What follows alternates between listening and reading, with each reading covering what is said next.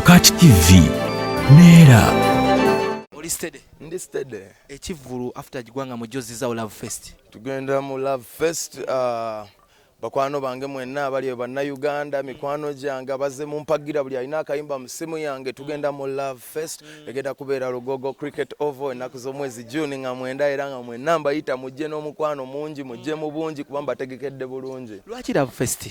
Ekigitumisa Love Fest kubanga God is love. Bingi industry erimu enkayana nyingi entalo, so I'm trying to refresh people with love. Also love wins, so abantu mbayita mu mukwano mungi ate nga njagala bajje n'omukwano era mungi bajje tujaguze okuba nti no they have through their love made me who I am. So it's the Love Fest, it's strictly about love ya mukwano mbayita mukwano era jangu ne mukyalawo mu mukwano mungi ataina mukyala jangu tukunoonyeze mu mukwano mungi kuba abantu bagenda kujja n'omukwano mungi ataina musajja jangu tukufunire mu mukwano mungi ayamantu bayimbira obuyimba mu mukwano mungi. Osuubira ki mu bannayuganda olwokuba nti obakubye music akuviira ddala ndowooza like 5 years kat non-stop kyanga twasembayo kubeera mu Soma the last concert yatambula bulungi but for the music obaddewo?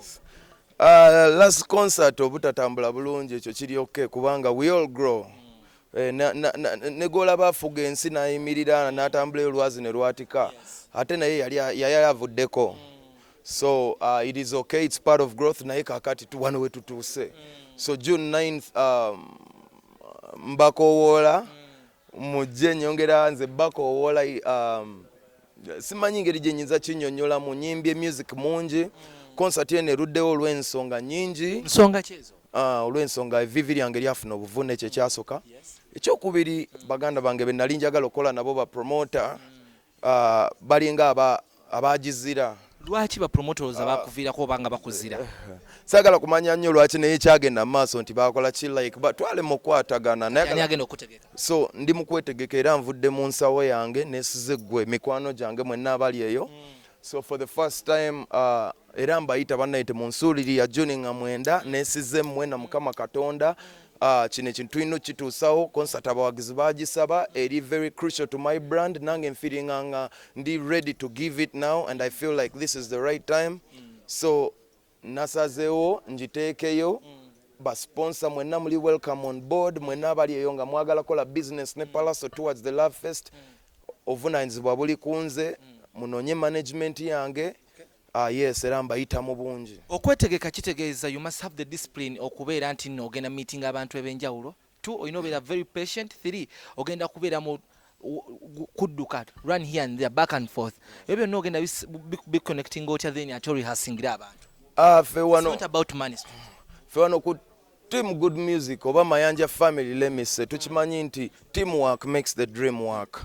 I am not expecting to eat the elephant by myself. Enjovu sobola jimira bwomu.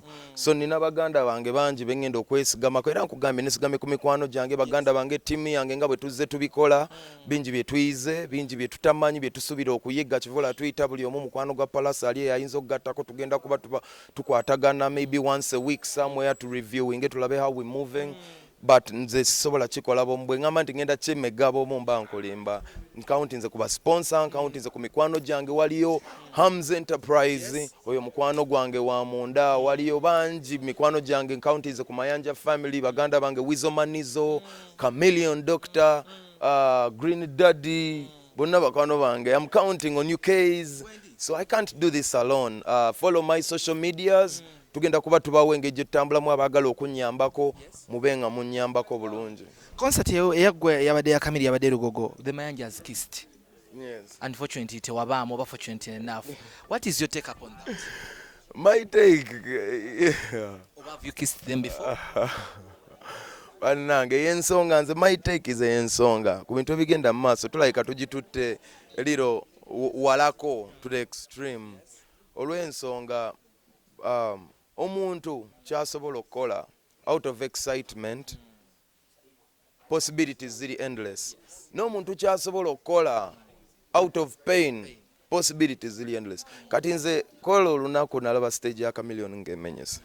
Ffe abantu abasooka omulabako first hand ne tumulabako nga amenyese kuba ffe Chameleon omulaba mujaasi tumulaba nga soja to inspiring bw'asamba omuddo teguddawo bw'agenda aba agenze. That's how we've known him. sinaye okumulaba nga amenyese kyanneewuunyisa nga aweddemu amaanyi essubi limuweddemu nga si yoli gwe mmanyi kati ekyo kyanneewuunyisa kati ne excitement ye ng'amaze okuyita mu bigere ebyo bye yayitamu nayo kwegamba yanneewuunyisa in a way naye ate nakisuubira kuba nali ndabyeko ku extreme ki zombi naye kyenyinza obbagamba abaagala okukinywerako amazzi waliyo Genesis chapter 45 verse 15 eyogera ku musajja gwe bali bayita Joseph, actually erinnya era ye Joseph gwe baatunda Egypt baganda ina bamusanga mu bwakabaka nga yavunaanyizibwa emmere ng'enjala yebalese bwe yabalaba bagamba he kissed his brothers and wept over them n'abasubiza buli out of excitement kuba yali tasubira nti aliddamu n'obbalaba so olaba kabaka ne mu bitabo ebyawandiikibwa ne Katonda olaba ne Katonda akwata abalongo babiri nga baluganda n'abagatta mu lubuto lwe lumu nga bombi balenzi weebale nnyo so ebintu ebimu abooluganda ebyabooluganda singa yali muntu nti mulala naye abooluganda I think family is family and they should be boundaries with family lwakuba nti I don't know how to explain it but muganda we tuli baluganda we've danced together, we've slept in the same bed as kids, we've shared twagabana ku ngoye twagabana ziboxa twagabana socks mwembeera gye twakuliramu ng'Abafirika mwenna mugimanyi tuleme kwezunguwaza nnyo kuddira bintu bya kizungu twerabizawa gye tukola ki gye tuva kuba mubimanyi bingi bye twagabananga emmere oli yakombanga essowaani nawe n'ogikomba bintu bingi ng'Abafirika nga tukula so our culture ne bagamba is imported culture.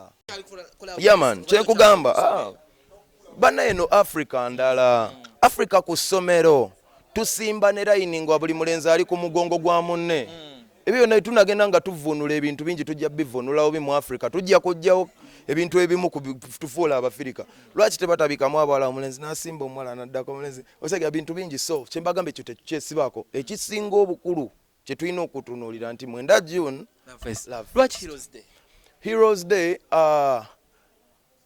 twanoonya date eyinza otufavoringa nga stadium eri booked waliwo amateeka amapya agafuluma nti buli mwezi basobola okutegeka ekivvulu kimu ne baŋŋamba olunaku lokalo mwezi gwokka gwe balina gwali gwa June era lwe lunaku lwe bampa naye ate ne lujja lunnyamba nti nange ndi hero w'abangi ate nange bahero bange nina abangi kakati nensalo nga Heroes Day bahero bange mwenna abali eyo mujje mulabe hero wammwe nga abayimbira to celebrating eba hero bonna around the country, all my heroes, all our heroes. It's Heroes Day. I mean, what a blessing. So let me call upon all my heroes in diaspora, all my heroes here locally, all my heroes in the family, all my heroes in the kubanga ndi mugenda ku Love Fest kanasazeewo lwaki tokiwadde promoter abapromoter we bali that have big money nze njagala enkolagana ayagala okolagana nange je sina gwe ŋŋaanye ne bo be baagana okolagana nange nze sina gwe ŋŋaanye nze omuntu ayagala okolagana nange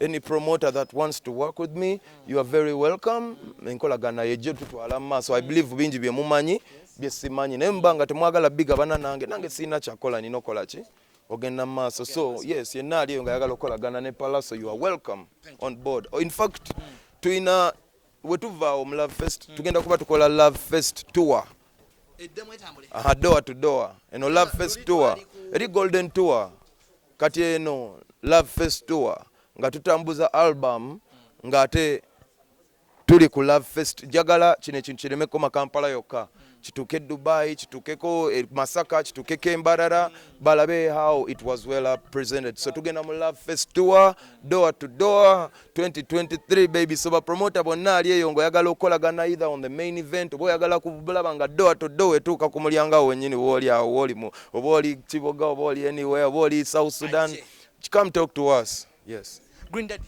Love Fest yo gyetegekedde kati omayina okubeera wano kitegeeza love being here for Pallaso kitegeeza tulina spreading a love all over kubanga Pallaso ennyimba aziyimbye tebiraako omanyi ebintu nga byakwogerera oba oyogerera omuntu ebintu byeraga ebintu bya Pallaso byeraga ennyimba aziyimbye kitegeeza kati bannaye bannayuganda mujje tuwagire omuntu ali certified okubeera nga kitegeeza certified ati nange nina concert maaso awo era nja kuyita bannange